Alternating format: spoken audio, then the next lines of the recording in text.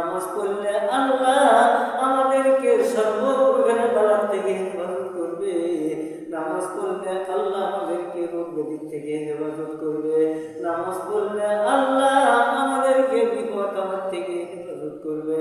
আর যদি আমরা নামাজ ছেড়ে দেই, আমরা যদি গুনার কাজ ধরি, তাহলে আমাদের উপরে পাইকারি ভাবে মহামারী দিয়ে আটকাইয়া ধরবে।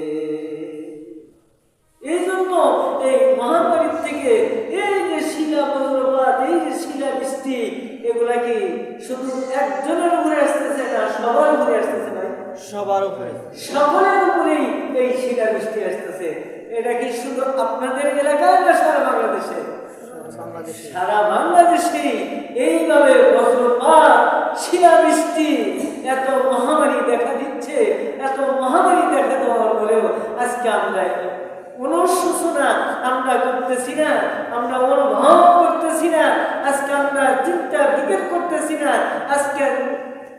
আজকে গুনার কাজ আজকে বেশি বেশি সংগঠিত হওয়ার কারণে, আজকে নামাজ ছেড়ে দেওয়ার কারণে আজকে আমরা নিজেদের ধ্বংস নিজেরাই টেনে আনতেছি, নিজেদের সর্বনাশ নিজেরাই টেনে আনতেছি। আজকে আমাদের অবস্থাটা কেমন হইতেছে ভাই, বুজুর্গ। এজন্য আমি যে সূরায়ে আসর করছিলাম, যে ওই সমস্ত ব্যক্তিরাই হলো ক্ষতিগ্রস্ত, আর ওই সমস্ত ব্যক্তিরাই হলো কামিয়াব যারা ঈমান আছে এবং নেক আমল করছে।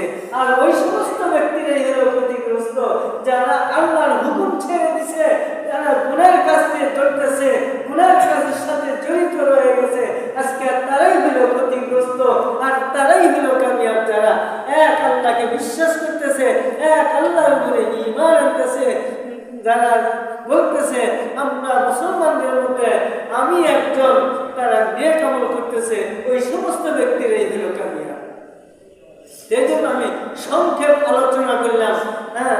আল্লাহ রাব্বুল আলামিন আমাদেরকে এই সংক্ষিপ্ত আকারে এই কথাগুলোর উপরে আমল করার তৌফিক দান করুন। সকলে বলে আমিন।